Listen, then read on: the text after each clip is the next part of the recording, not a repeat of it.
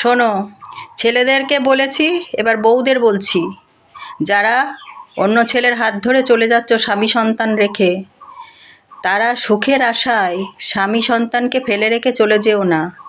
কারণ তুমি যেখানেই যাবে না কেন, তুমি মনে করো না তোমার প্রথম যে স্বামী, সে তোমাকে যেভাবে রেখেছিল, মনে করো না যে আরেক জায়গায় গেলে তার থেকে খুব বেশি সুখে থাকবে, একেবারে রাজরানী হয়ে থাকবে। কারণ তোমাকে সেই ভাত রান্না করতে হবে, সেই থালা বাসন ধুতে হবে, সেই উঠোন ঝাড় দিতে হবে, জামা কাপড় কাচতে হবে, স্বামীর সেবা করতে হবে, সেখানে যদি শ্বশুর শাশুড়ি থাকে তাদের সেবা করতে হবে, সবই করতে হবে, বাচ্চা পালন করতে হবে। এবং কথা না শুনলে তখন বলবে যে ওই জন্যে তোমার ওই স্বামী তোমাকে দেখতে পেতো না, ওই জন্যে তোমার ওই স্বামী তোমার সঙ্গে খারাপ ব্যবহার করতো।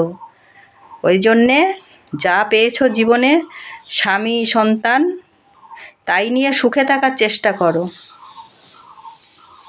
সুখের আশায় স্বামী সন্তানকে ফেলে চলে যেও না। স্বামী মদ খায়, তাতে কি হয়েছে?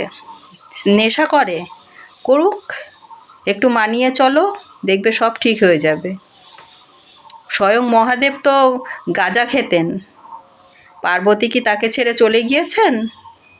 যায়নি তো। তাহলে তুমি কেন থাকতে পারবে না? একটুখানি মানিয়ে নিয়ে চলার চেষ্টা করো। সংসার ভেঙে এভাবে চলে যেও না, এতে তোমারও ক্ষতি, তোমার সন্তানদেরও খারাপ। তোমার সন্তানরা যখন রাস্তায় মা মা করে ঘুরে বেড়ায় না, তাদের চোখের দিকে তাকালে চোখে জল এসে যায়। তুমি তো দেখতে পাও না, যারা দেখতে পায় তারা জানে যে তাদের মনে কি কষ্ট। ভেবে দেখো।